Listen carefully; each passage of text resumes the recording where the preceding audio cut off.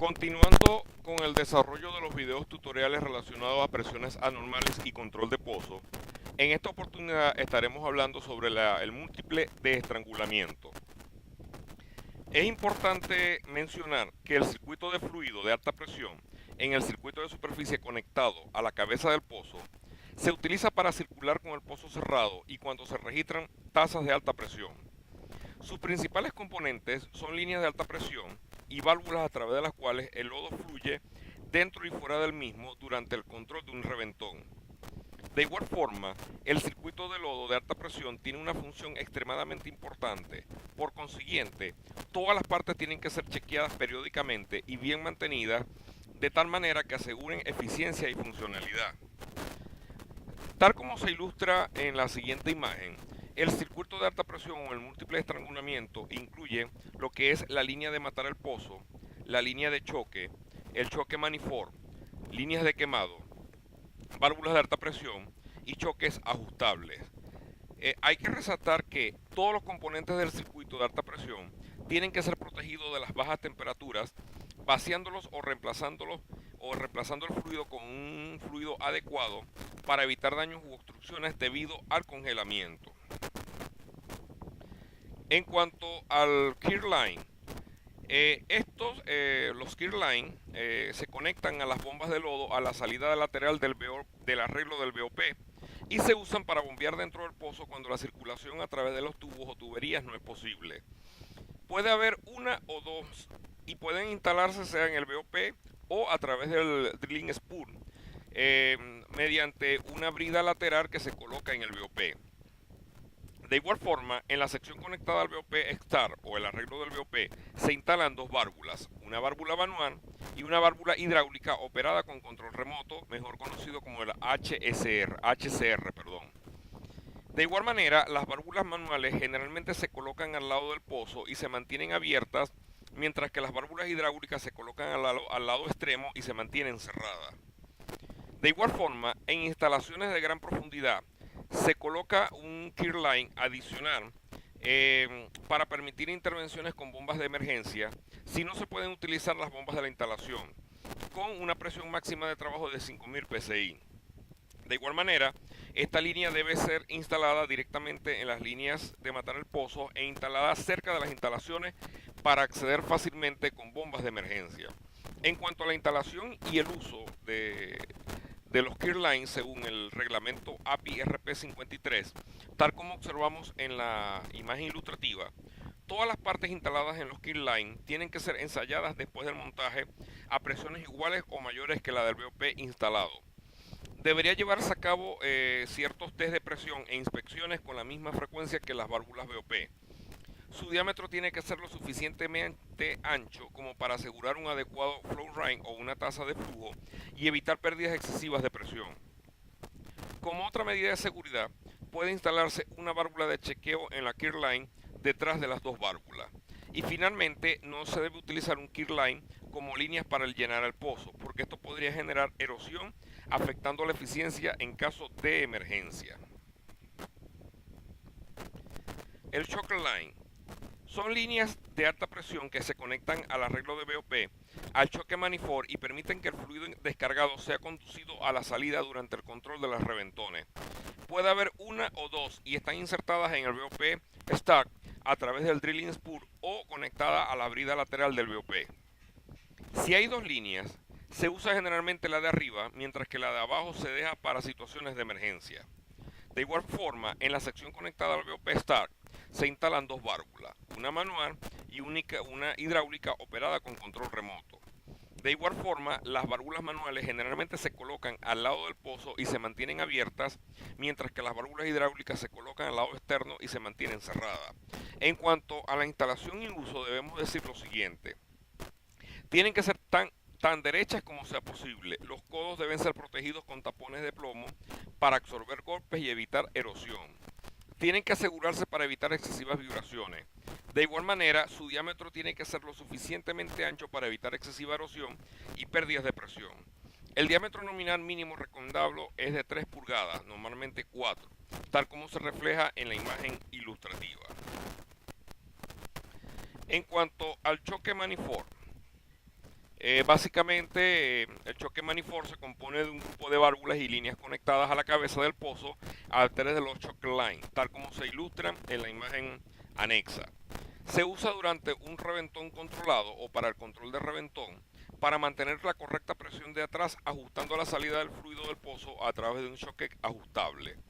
En cuanto al choque manifold, puede contar con una cámara compensadora para conducir los fluidos de alta presión que salen a una sola línea y a la línea de descarga conectada, como líneas de quemado de gas.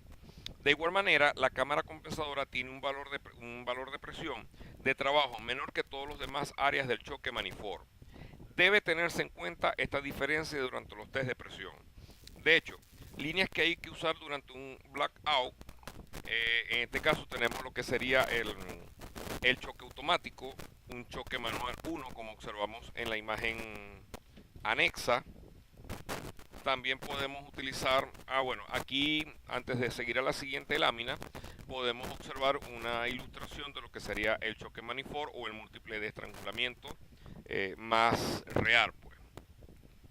Continuamos acá, observamos el choque manual 2, tenemos una línea directa y también tenemos un arreglo hacia la línea de quemado de gas, como se observa.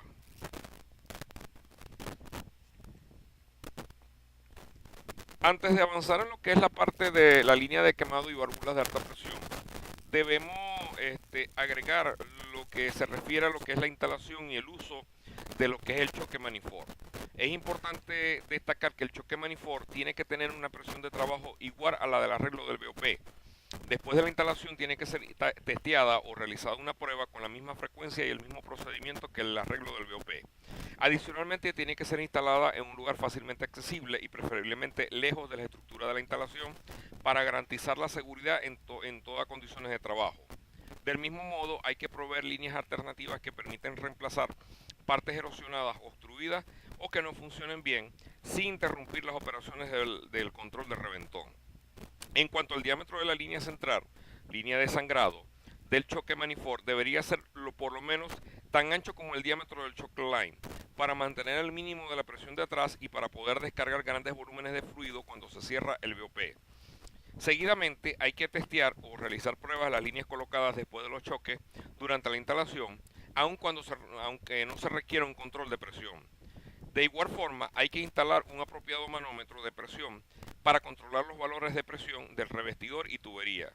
De hecho, los sensores del choque manifold comunican los valores de presión al panel de control, donde la presión del tubo es transmitida al manómetro de presión, generalmente cerca del manómetro del revestidor, para poder comparar los dos valores de la presión de cierre tanto de tubería como de revestidor durante las operaciones de control de pozo. De igual manera, en instalaciones con valores de presión de trabajo por encima de 5000 psi, por lo menos uno de los manifold choque tiene que ser operado con control remoto. Adicionalmente, todas las válvulas del choque manifold sujetas a erosión debido al flujo del pozo deberían ser del tipo apertura total y diseñadas para trabajar con alta presión de gas para resistir la formación de fluido. Y finalmente, si se usa una cámara compensadora, debe ser diseñada de tal manera que permita aislar cualquier parte rota o que no funcione sin interrumpir los procedimientos del control de reventón. Retomando lo que son las líneas de quemado, también conocido como fly line, las líneas de quemado, tal como observamos en la imagen ilustrativa hacia la izquierda de la presentación, se usan para conducir cualquier gas proveniente del choque tan lejos del pozo como sea posible. En caso de pequeñas cantidades, sencillamente se descarga el gas, mientras que en grandes cantidades se quema. De igual manera, tales líneas deben ser lo más derechas posible, evitando codos y huertas para alcanzar el área más apartada hacia la dirección del viento. Hay que anclarlas también al suelo para prevenir que se muevan a causa de las vibraciones debido a los violentos flujos de gas. Después de instalarla, hay que probarlas en el campo a un valor de presión razonablemente bajo, pero lo suficientemente alto como para garantizar la seguridad del sello. En cuanto a la válvula de alta presión, debemos indicar que las válvulas de alta presión, tal como observamos en la parte derecha de la presentación, son generalmente válvulas de compuerta, valga la redundancia, y se instalan en el circuito de lodo de alta presión para controlar reventones, tales como el Kear Line, Choke Line y el choque manifold. Por su estructura particular hay que tener estas válvulas ya sea completamente abiertas o sea, tanto completamente abiertas como completamente cerradas para evitar la erosión causada por el flujo de fluido. De igual manera pueden ser tanto manuales como operadas con control remoto por un actuador hidráulico.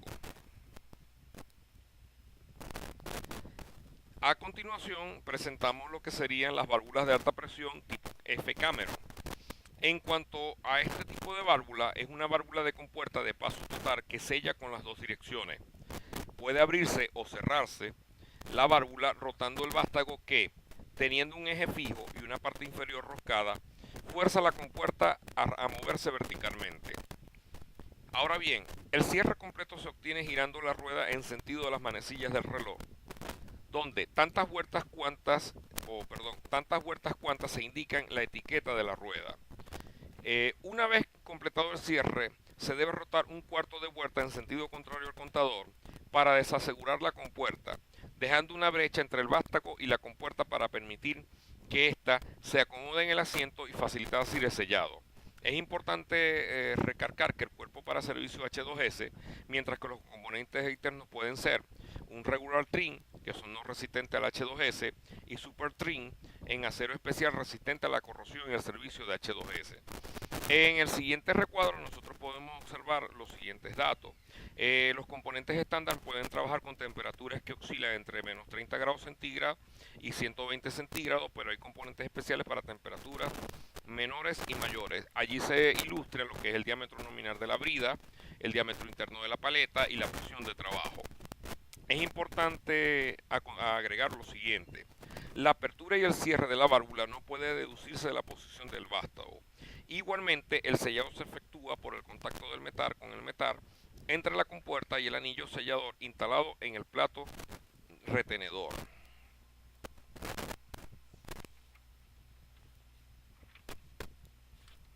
Ok, continuando entonces con el desarrollo de este mismo, podemos entonces hablar de los componentes de la válvula Cameron tipo F. Hay dos tipos de válvula Cameron de alta presión, la tipo C con cavidad rectangular, que es más común, y la tipo F que hemos estado mencionando, con cavidad cilíndrica, que es la más reciente, llamada también modelo FC. De igual manera, todos los componentes pues, de estas válvulas tienen las mismas características, excepto una camisa de conexión con un empaque entre las terminaciones de salida lateral y la unidad a sellar. Por consiguiente, los componentes más importantes son, en este caso, el cuerpo, la cabeza, unidad de sellar, que es compuerta y asiento, así como también el vástago. En cuanto al cuerpo de acero, está formado con cavidades cilíndricas o rectangulares, tal como se observa en la imagen ilustrativa, donde la cavidad cilíndrica facilita una mayor distribución del estrés debido a la presión que la cavidad rectangular tiene, donde de esta, valga la redundancia, tiene una mejor capacidad de almacenamiento de grasa y menores costos de fabricación. En cuanto a los pernos con cabeza en el cuerpo, debemos indicar que el sellado externo entre las bridas se obtiene con el empaque de anillos suministrado. Esta se instala en una grasera en la brida para la lubricación de la unidad sellante. De igual manera, el sellado interno del vástago se asegura con un empaque acomodado en la cabeza y manteniendo allí con una tuerca prensadora. En cuanto a la unidad de sellado, debemos indicar lo siguiente. Compuesta por una compuerta que corre verticalmente entre dos guías donde están los anillos selladores steel. El sellado entre las compuertas y los anillos steel es de metal a metal, mientras que entre los anillos y la válvula del cuerpo el sellado se efectúa mediante dos anillos teflón de material autolubricante y resistente a los hidrocarburos. Ahora bien, en el modelo de cavidad cilíndrica la unidad de sellado es la misma que en el modelo de cavidad rectangular, excepto el sellado entre el anillo steel y el cuerpo, que en el modelo FC no se realiza directamente en el cuerpo sino mediante una camisa selladora. En este caso, no es la válvula del cuerpo la más sujeta a sellado, sino la de camisa más fácilmente reemplazable. En cuanto al vástago o stern, la parte superior del vástago es cilíndrica con una conexión para la rueda, mientras que la sección de abajo es roscada para ser atornillada en la compuerta. Entre las dos secciones hay una extensión anular cónica que sella dentro de un asiento suministrado dentro de la cabeza, es decir, puede ser un sellado secundario o posterior. cuando la válvula en la posición de cierre es por consiguiente desatornillada. Esto permite reemplazar la unidad de empaque en situaciones de emergencia cuando la válvula está bajo presión. En cuanto al mantenimiento, hay que lubricar debidamente la válvula durante el montaje y se recomienda una lubricación periódica para asegurar el buen funcionamiento y la protección de los componentes internos sujetos a desgaste, donde la cabeza cuenta con una grasera para la lubricación del vástago y de la cavidad interna, inyectando grasa Cameron a través de las dos graseras instaladas en la copa del vástago hasta que salga del orificio de asomo. En cuanto a lo que sería el reemplazo del empaque de vástago, válvula, es decir, válvula bajo presión, debemos llevar a cabo el sellado del asiento posterior, es decir, sellado secundario de la siguiente manera. Por ejemplo, debemos cerrar la válvula completamente, desatornillar la copa 4 huertas completa, giramos la rueda en sentido de la aguja del reloj hasta el último tiro y apretar, probar el sello de asiento posterior. De hecho, debemos quitar la grasera superior de la cabeza, insertar un pin cilíndrico, apretar la grasera superior y liberar la presión. Ahora bien, si la presión disminuye en este caso rápidamente, significa que el sellado secundario está trabajando. Si no cambia el valor de la presión, flujo continuo, significa que el sellado secundario no está trabajando. Por consiguiente, debemos repetir el procedimiento desde el primer paso. En cuanto a la remoción de la unidad de sellado, continuando este proceso, debemos quitar la rueda, desatornillar y quitar la copa. Seguidamente sacar el pin de que sujeta el vástago a su adaptador, quitando el adaptador del vástago y los rodamientos. Desatornillamos y quitamos la tuerca en este orden de ideas. Seguidamente sacar el empaque sellador del vástago bombeando un poco de grasa a través de la grasera. Luego insertamos la nueva unidad de sello. Posteriormente limpiamos cuidadosamente las partes internas de la válvula y aplicamos una capa delgada de grasa en el vástago, dentro de la cabeza y sobre el nuevo empaque. Seguidamente volver a instalar el empaque utilizando la tuerca prensadora para fijar en el lugar. Seguimos en el procedimiento desatornillando la tuerca prensadora, valga la redundancia, para lubricar el vástago y volver a poner en su lugar la tuerca prensadora. Volver a instalar el rodamiento, el adaptador del vástago y su pin, volver a poner la copa en su lugar y atornillar, insertar la rueda 3 vueltas completas hacia la izquierda para crear una distancia a partir de la superficie de sellado, inclusive lubricar la cavidad utilizando la grasera de la cabeza. En este orden de ideas, procedemos también a dar brevemente lo que sería el reemplazo de la compuerta y de los platos selladores. Constituido básicamente por 16 pasos. Entre ellos tenemos girar la rueda hacia la izquierda para abrir la válvula, descargar la presión, quitar las tuercas de la cabeza, girar la rueda hacia la derecha, evidentemente cerrando para levantar la cabeza del cuerpo. Ahora bien, si el paso anterior se lleva a cabo sin contratiempo, sacamos la cabeza. En caso de dificultades, debemos hacer lo siguiente: insertar 2 o más tuercas entre la brida de la cabeza y el cuerpo de la válvula, luego girar la rueda hacia la derecha para levantar la cabeza del cuerpo. De igual manera, mantener levantada la cubierta y girar la rueda hacia la derecha hasta que el vástago haya salido de la compuerta y levantar la cabeza. Ahora bien, si no hay ningún problema, debemos sacar la compuerta, luego inspeccionar la unidad de empaque y reemplazar cualquier componente averiado. Seguidamente montamos la compuerta y los platos selladores y lubricar toda la superficie con una capa delgada. Posteriormente insertar el grupo de estanqueidad en la cavidad del cuerpo y empujarlo hacia abajo hasta que el conjunto de componentes no alcance el fondo de la válvula. Seguidamente rellenamos el espacio entre los platos sobre la compuerta con grasa. Posteriormente quitamos el anillo e inspeccionar su asiento. Esparcir una copa delgada de grasa sobre el anillo y su asiento. Insertar el anillo sellador entre la brida de la cabeza y el cuerpo. Colocar la cabeza sobre el cuerpo de la válvula. Girar la rueda hacia la izquierda, abriendo hasta que la cabeza alcance la base y la compuerta que esté levantando del fondo, y finalmente insertar las tuercas de la cabeza y ajustar.